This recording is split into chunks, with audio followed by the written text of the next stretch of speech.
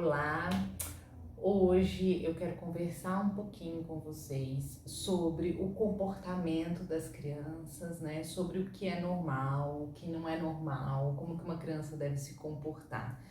Na verdade, né, não tô aqui para dar um passo a passo, nem ficar dizendo e classificando.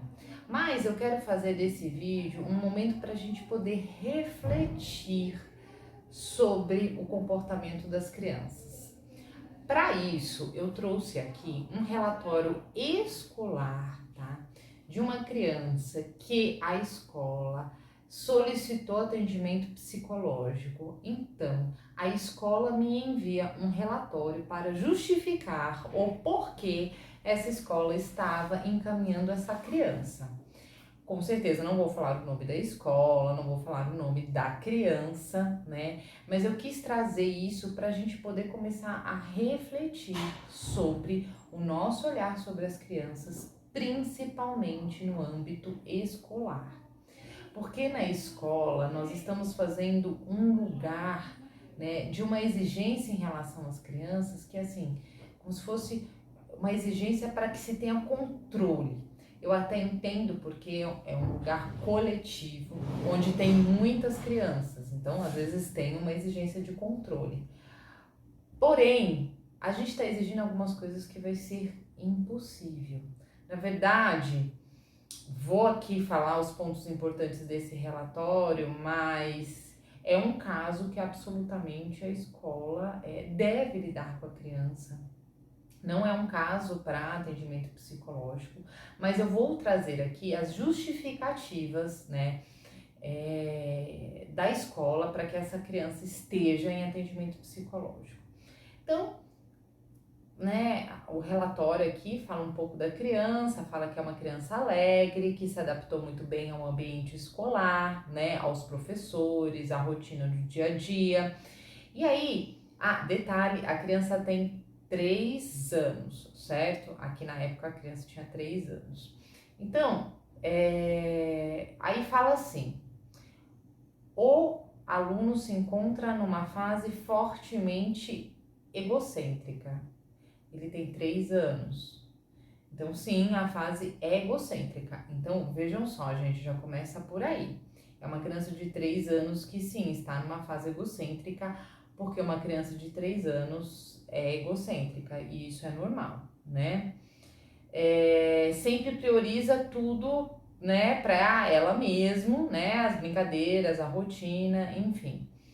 Se comunica num volume alto de fala, ok, né? Bom, durante a vivência, né, a criança do semestre, a criança apresentou comportamentos como, né? Ele gosta de chamar atenção, né? Se um outro aluno faz algo, ele imita para ganhar a atenção dos professores, né? Mesmo que o outro esteja fazendo algo errado, ele imita, né? Gosta de fazer brincadeiras maldosas com os colegas, mesmo sabendo que vai machucar, inclusive olha para os professores para ver a reação, né? Quando é repreendido pelas professoras, dá risada, não gosta de esperar a sua vez, não divide os brinquedos, né? E além disso, junta o máximo de brinquedos e acaba não brincando. Então não quer dividir que é os brinquedos para ele, mas ele nem brinca com o que ele pega para ele. Não gosta de brincar com as meninas, é seletivo com quem participa de suas brincadeiras. Sempre separa o que é de menino e o que é de menina, né? Deixa eu ver se tem. Agora tá falando da questão do aprendizado, que é boa, que ele tem facilidade para aprender. É comunicativo.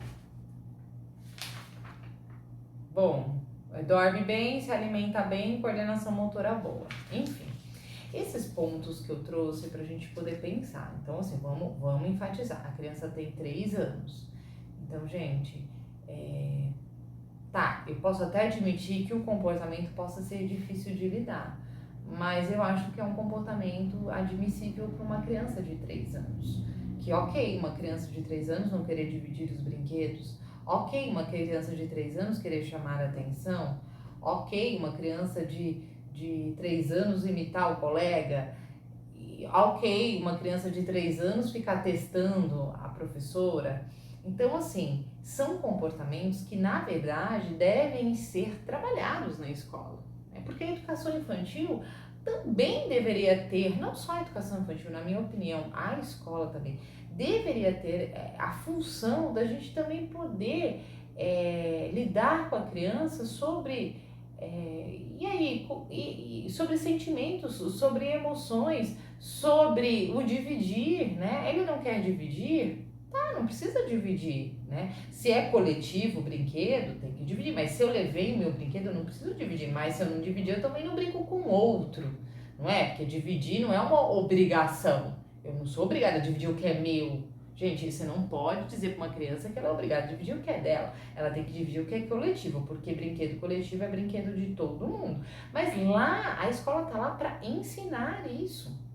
Mas aí vem os julgadores. Ah, mas isso é coisa de pai e mãe. Gente, os alunos que temos na escola, a gente não tem que ficar avaliando se o pai e a mãe estão educando, como é que o pai e a mãe educam, se o pai e a mãe educam, e ficar julgando o pai e a mãe das crianças.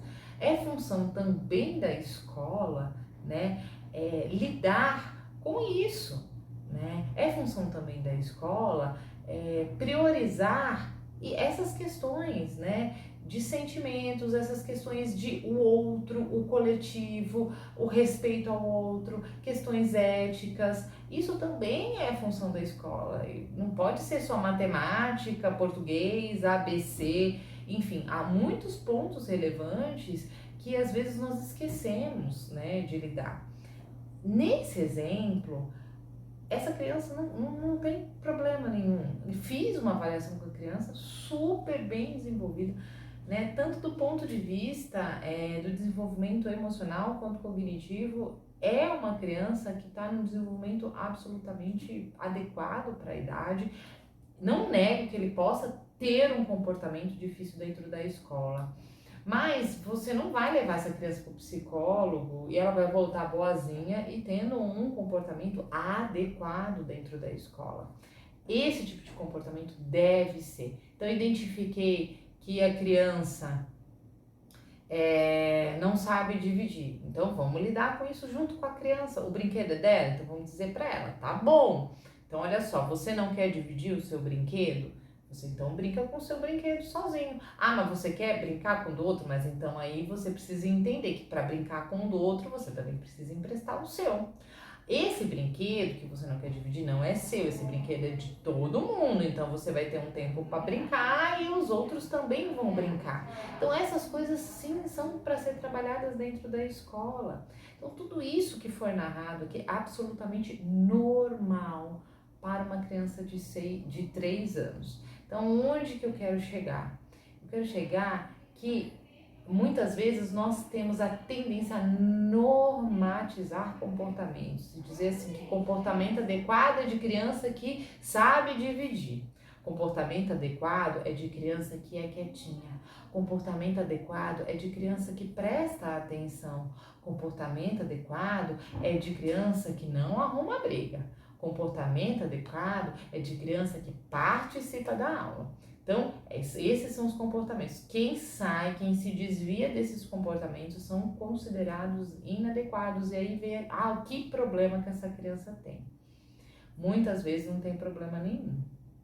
São diferenças que fazem parte da condição humana. Temos comportamentos diferentes, temos criações diferentes, temos pais diferentes, temos culturas diferentes. Nós somos atravessados pela diferença e a escola deve lidar com a diferença. Né?